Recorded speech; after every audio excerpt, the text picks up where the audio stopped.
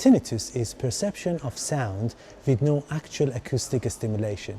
It can sound like a buzzing noise, rushing noise, a whistle, clicks, or a combination of the noises. It can be caused by a variety of reasons. Here in the book, we talk about some of them. For most people, tinnitus is not associated with an underlying disease, with the exception of hearing loss. So hearing loss is very prevalent among people who have tinnitus. About 60% of people who have tinnitus also have hearing loss. And that is why it is important, if you develop tinnitus, to see an audiologist who can test your hearing. So other reasons for tinnitus which can also be associated with hearing loss are impacted wax in the ears, ear infections, and disorders of the auditory nerve. And this is why important that if you develop tinnitus, to see an ear, nose, throat, ENT specialist who can look into your ears, examine your ears, and see if there are any underlying conditions. In addition to medical conditions that can cause tinnitus, there are other factors that can cause tinnitus as well. Like tinnitus can be a side effect of medications, certain medications, or some environmental factors can impact on tinnitus. So the medications that can cause the tinnitus can be the side effects are antidepressants, antipsychotics, opioids, some antibiotics, strong antibiotics like aminoglycosides, and anti-inflammatories, anti-malaria drugs, loop diuretics that you need to use if you have blood pressure, anti-cancer medication such as cisplatin that they use in chemotherapy. So it doesn't mean that everybody who takes this medication develop tinnitus, but some people who have taken this medication reported that they have developed tinnitus or the tinnitus got worse. Among environmental factors that can impact and that cause tinnitus are whiplash and head trauma, that's the most common, and loud, intense noise exposure. So these are the causes of tinnitus, but beyond these medical factors and environmental factors, it is important to pay attention to whether tinnitus impacts on the person's life. Does it cause any distress in their life or not? Some people, tinnitus may not really impact on their life. They can do their activities, concentrate at work, sleep, and their mood is okay, is not affected by tinnitus, which is absolutely good. But it can be a bit tricky to distinguish if tinnitus is impacting on life or not. Because sometimes we can engage in avoidance behaviors or ritualistic behaviors which masks the effect of tinnitus on us. Examples of these are if you become dependent of using background noise or music when you're at work or when you go to bed at nights, or if you avoid certain environments in the fear that tinnitus may get worse. So in this book, we developed some validated psychometric tools for you that you can use to see how confident you are to manage different aspects of your tinnitus, how confident you are that you can do your day-to-day tasks, sleep and relax, enjoy your life fully, even with tinnitus, without having to be relying on avoidance behaviors. You can use these tools for yourself to see if there is any room for improvement. For some people, tinnitus experience can be quite intense. I'm going to read a passage from the book for you. What effects do people expect tinnitus to have? Perhaps they expect annoyance and a sense of failure, unfairness and isolation. Many people, even those with no experience of tinnitus, would agree that if we were hearing an unpleasant noise hissing away in their ears, they would not be able to concentrate at work, read, or make a meaningful contribution to the society. Many people would agree that if they were hearing a horrific constant noise, like a demon trapped in their head, screaming out loud that it wants to get out, they would go crazy. These were the words of a patient of ours, which was in a psychiatric ward. He in fact wanted to put a hole in his forehead to let this demon out.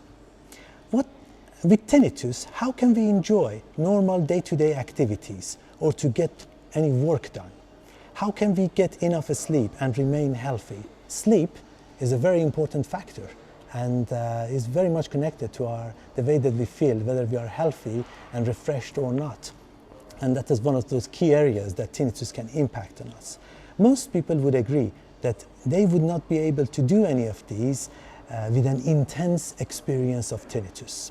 For some, this intense pressure can cause aggression.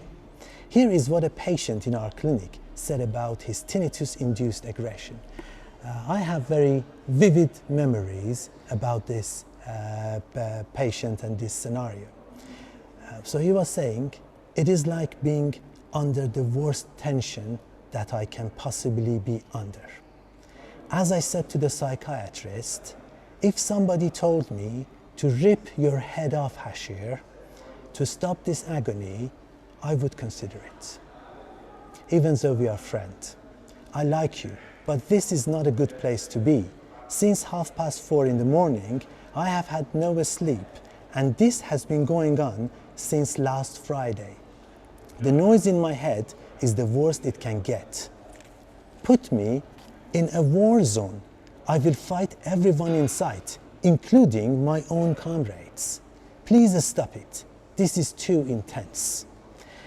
This may not be a typical experience of tinnitus, but it clearly demonstrates a state of mind in which horrific actions may be contemplated in order to escape from something unbearable. Such a state of mind can occur when we experience anything that produces overpowering emotions. One example is when we are in love. In Shakespeare's Romeo and Juliet, Juliet felt that her life would be meaningless without Romeo. She preferred to be chained with roaring bears or to be hidden with a dead man in his tomb with rattling bones, reeky shanks and yellow chapless skulls over losing Romeo. We may not be able to see how we can live with tinnitus, just as we may be unable to see how we can live without the person that we love.